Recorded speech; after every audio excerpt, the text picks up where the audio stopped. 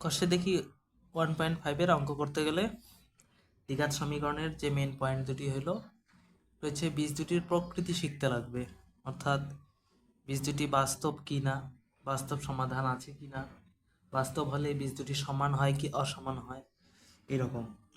আর পরের পয়েন্ট হচ্ছে বীজ ও সমীকরণের মধ্যে সম্পর্ক কি, বীজ থেকে কিভাবে সমীকরণ নির্ণয় করা যায়। এই দুটো পয়েন্ট দিয়ে এই অংশটা। তা আমরা শুরু করি। বীজ দুটির প্রকৃতি সম্পর্কে জানব।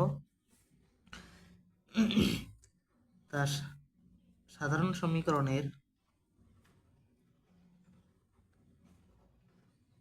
এরকম আকার থাকলে শ্রীধর আচার্যের সাহায্যে আমরা শিখছি সমাধান minus B plus minus root over B square minus 4ac by 2a। এখানে বি স্কোয়ার মাইনাস 4ac অংশটা সূত্রের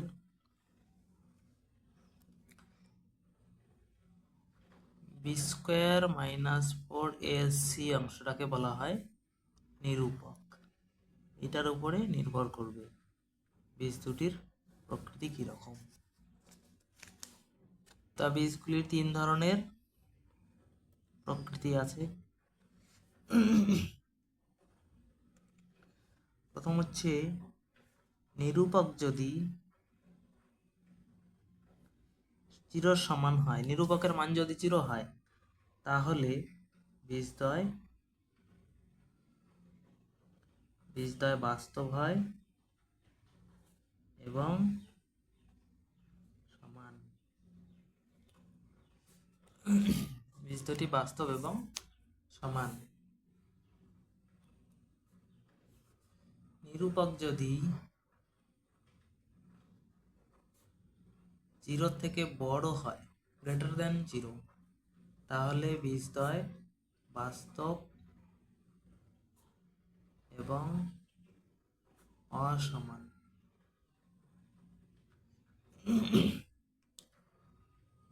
আর 3 নম্বর, নিরূপক যদি 0 থেকে কম হয় অর্থাৎ ঋণাত্মক হয়, অর্থাৎ এই রুটের ভিতরের মান যদি ঋণাত্মক হয় তাহলে বাস্তব বীজ পাবো না, অর্থাৎ বাস্তব বীজ নেই। সেই সমীকরণের যে সমীকরণ নিব নিরূপকের মান 0 থেকে ছোট হবে অর্থাৎ ঋণাত্মক আসবে, সেই সমীকরণে কোনো বাস্তব বীজ থাকে না, বাস্তব বীজ নেই। এটাই। এবার এখান থেকে শর্ট কোশ্চেন হয়, বইয়ের কোশ্চেন যেমন 1-এর 1, 2, 3 সবই একই রকম। তা আমরা উদাহরণ হিসেবে 1-এর 1 করি।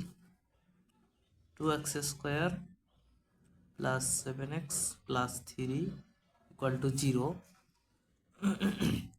এখানে এর জায়গায় আছে 2, বি এর জায়গায় আছে 7, সি এর জায়গায় আছে 3। তাহলে সুতরাং নিরূপক অর্থাৎ বি স্কোয়ার মাইনাস 4ac এর মানটা দেখি কত হয়। বি এর মান 7, 7 স্কোয়ার মাইনাস 4 ইন্টু এর মান 2, সি এর মান 3, তাহলে 7 সাথে হবে 49 মাইনাস 4 দুগুণে 8, 3 আসছে 24 অর্থাৎ 25। কি আসছে? 0 থেকে বড় আছে, গ্রেটার দেন 0। সুতরাং বীজদ্বয় কি হবে? বীজ দুটি বাস্তব এবং সমান। এইটা হচ্ছে পদ্ধতি বীজের প্রকৃতি নির্ণয় করার। পরের প্রশ্ন হতে পারে, এরকম প্রশ্ন হয় 2 এর প্রশ্ন, কে এর কোন মানের জন্য, যেমন উদাহরণ হিসাবে আমরা 2 নম্বর নেই। সমীকরণ দেওয়া আছে 3x square plus minus 5x plus 2k equal to 0, অর্থাৎ কে এর মান নির্ণয় করতে হবে। কে এর কোন মানের জন্য সমীকরণের বীজদ্বয় বাস্তব ও সমান হবে। বীজদ্বয় বাস্তব ও সমান। বীজদ্বয় বাস্তব আর সমান মানে কি? বি স্কোয়ার মাইনাস 4ac এর মান 0 সমান। এখানে এর মান বির মান কত, বির মান হচ্ছে -5, তাহলে -5 এর স্কোয়ার -4, এর মান কত, এর মান 3, সির মান কত, সির মান এই যে 2k সমান 0। এখান থেকে সরল করলে কে এর মান পাওয়া যাবে। 5 এর স্কোয়ার 25, 3 4 12, 12 দুগুণে 24k সমান 0। তাহলে মাইনাস আলাকে ওইদিকে নিয়ে গেলে গুণ সম্পর্ক, তাহলে কে এর মান হবে 25/24 হয়ে গেল। এভাবে শর্ট কোশ্চেন থাকবে।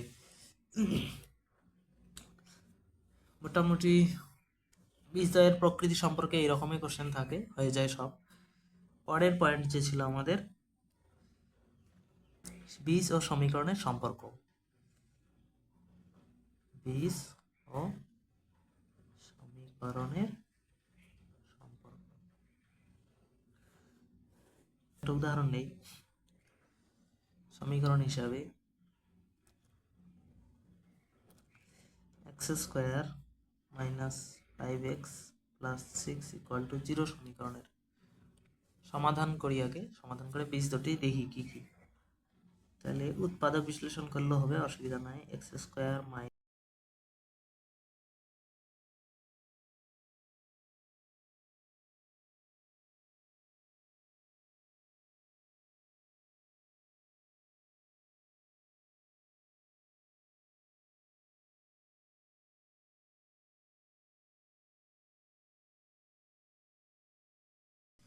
এর একটা মান 3, x এর অন্য মান 2।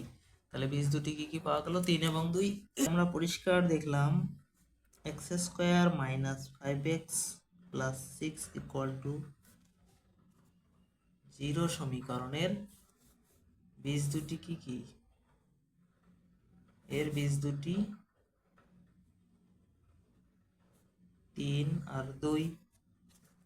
তাহলে এই বীজ দুটির সাথে সমীকরণের কি সম্পর্ক বোঝা যায়, দেখে কিছু মনে হয় না, কিন্তু বীজ দুটির যদি যোগফল নির্ণয় করি, যোগফল কত, 3 + 2 করলে কত হবে 5, আর গুণফল যদি করি 3 × 2 কত হয় 6। 5 এবং 6 সমীকরণে আছে, আছে। তাহলে বীজ থেকে সমীকরণ যদি তৈরি করি, বীজ দুটির যোগফল আর গুণফল লাগে। যোগফলটা কোন জায়গায় থাকে, এক্স এর সাথে থাকবে। যোগফল কত আছে, খালি 5 অর্থাৎ +5। যদি যোগফল হয় +5, এক্স এর সাথে থাকবে -5। আর গুণফল যা হবে, গুণফলটা ডাইরেক্ট বসবে। অর্থাৎ যোগফলের বেলা খালি চিহ্ন চেঞ্জ হবে, +5 থাকলে -5, এখানে -5 থাকলে এখানে +5। ঠিক আছে। তাহলে এখন বইয়ের অঙ্ক দেখি, কোনটা দেখা যায়। এই 3-এর 1 নম্বরটা দেখি।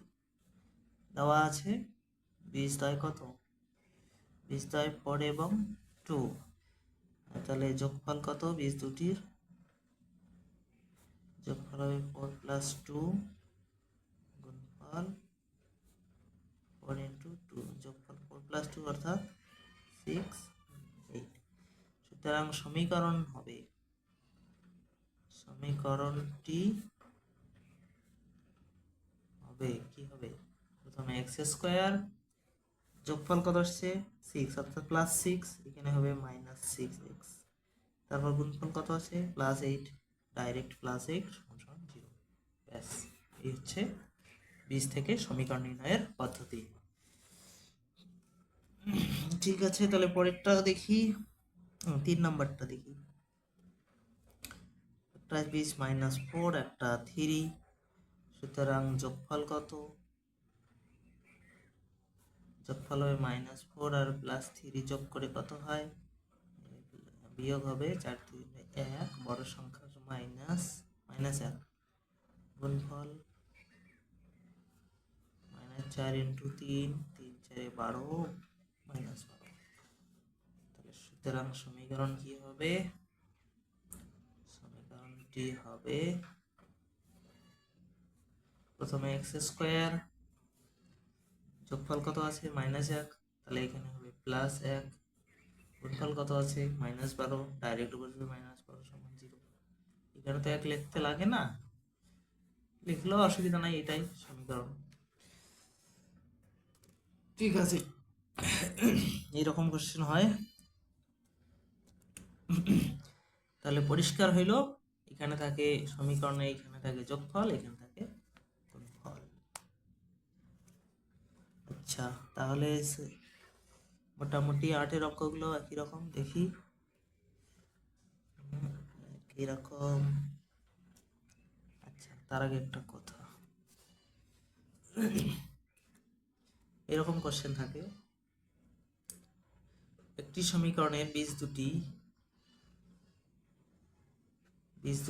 আলফা ও বিটা হলে সমীকরণটি কি হবে? তাই আমরা আগে দেখি, যোগফল বের করব,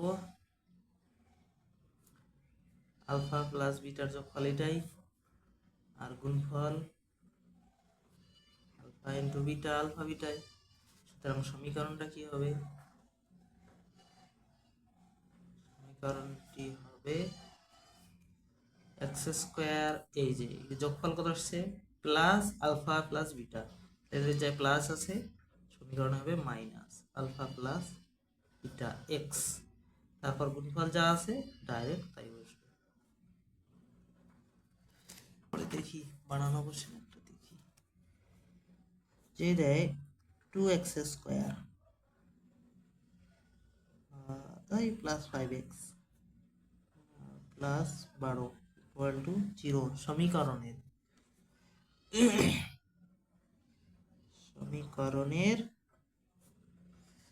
বীজ দুটির যোগফল কত, গুণফল কত?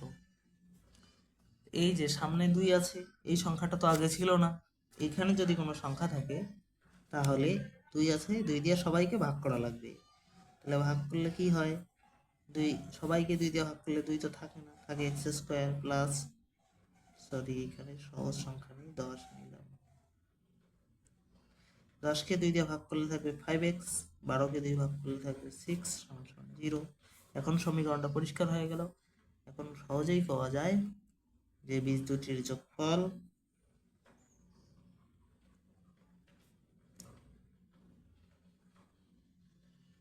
কত, এখানে আছে +5, তাহলে যোগফল হবে -5। গুণফল এখানে আছে কত, যেটা আছে এটাই হয়। এইরকম, এই ক্ষেত্রে সঠিক